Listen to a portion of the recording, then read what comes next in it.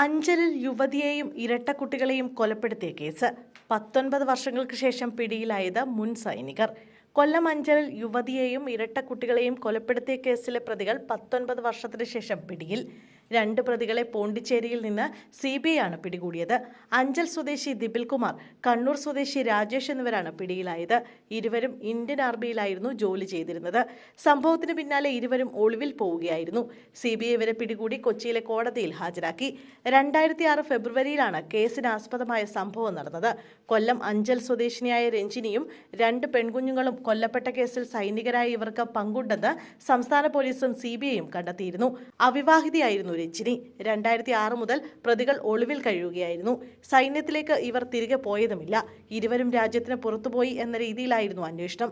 എന്നാൽ കഴിഞ്ഞ 2 ആഴ്ചകളായി ഇവരെക്കുറിച്ചുള്ള വിവരം ചെന്നൈ യൂണിറ്റിലെത്തി. തുടർന്ന് നടത്തിയ അന്വേഷണത്തിലാണ് ഇവരെ പോണ്ടിച്ചേരിയിൽ നിന്നും പിടികൂടിയത്.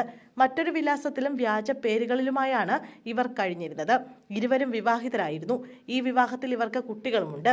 ഇന്റീരിയർ ഡിസൈൻ സ്ഥാപനം നടത്തിവരികയായിരുന്നു ഇരുവരും. ബിൽകുമാറിന് രഞ്ജിനിയിൽ 2 കുട്ടികൾ ജനിച്ചിരുന്നു. എന്നാൽ കുഞ്ഞുങ്ങളുടെ പിതൃത്വം ഏറ്റെടുക്കാൻ ദിപിൽ കുമാർ തയ്യാറായില്ല. ഇതോടെ രഞ്ജിനിയും കുടുംബവും ദിപിൽ കുമാറിനെതിരെ വനിതാ കമ്മീഷൻ അടക്കമുള്ളവർക്ക് പരാതി നൽകി. ഇതിന് പിന്നാലെ കുട്ടികളുടെ DNA അടക്കം പരിശോധിക്കാൻ വനിതാ കമ്മീഷൻ നിർദ്ദേശം നൽകി.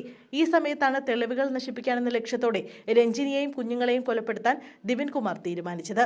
വീട്ടിൽ ആരുമില്ലാതിരുന്ന സമയം ദിപിൽ കുമാറും രാജേഷും അവിടെ എത്തി ഇവരെ കൊലപ്പെടുത്തുകയായിരുന്നു. രഞ്ജിനിയെയും കുഞ്ഞുങ്ങളെയും കഴുത്തറുത്താണ് കൊലപ്പെടുത്തിയത്. പോലീസ് നടത്തിയ അന്വേഷണത്തിൽ 2006 ജനുവരി മുതൽ ഏപ്രിൽ വരെ ഇരുവരും അവധിയിലായിരുന്നുവെന്ന് പോലീസ് കണ്ടെത്തി.